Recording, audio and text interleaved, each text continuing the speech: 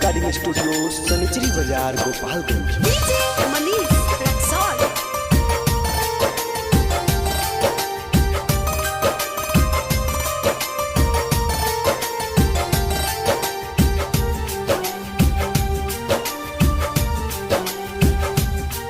अखिया में लोरवा ढेर भई,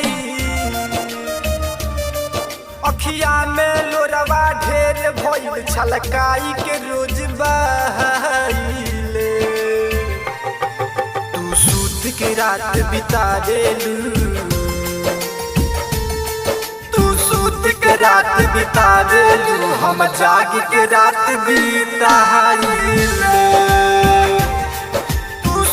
के रात बिता देलू, हम जाग के रात बिताइले। अखिया में लोरवा ढेर भई,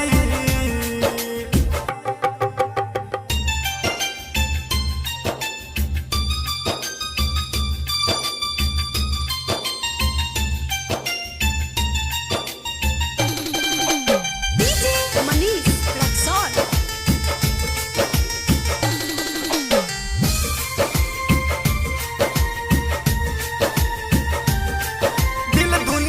हमर लुट गई, अखिया से निंदिया रुठ गई। पवन कारण दूर भइली, किस्मतिया हमरो फूट गई।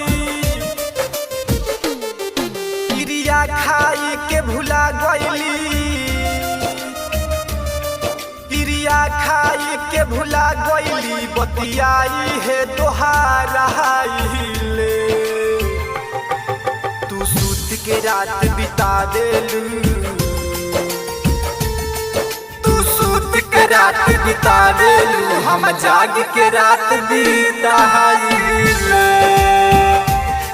तू सूत के रात बिता देलू, हम जाग के रात बिताइले। अखिया में लोरवा ढेर भई,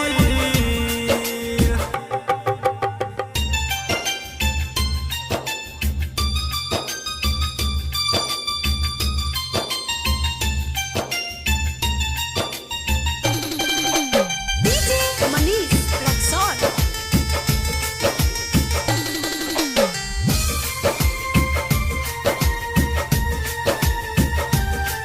का चल जइबू हर जाई हो, दुर्गेश धीरज के भुलाई हो। अजे मनीष के संगवा में का दिलवा ले बुलगाई हो। दर्द भरले बड़ू दिलवा में,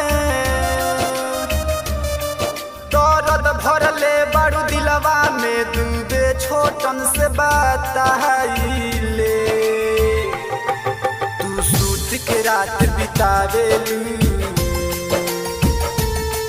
तू सूत के रात बितावेलू, हम जाग के रात बिताइले। तू सूत के रात बितावेलू, हम जाग के रात बिताइले।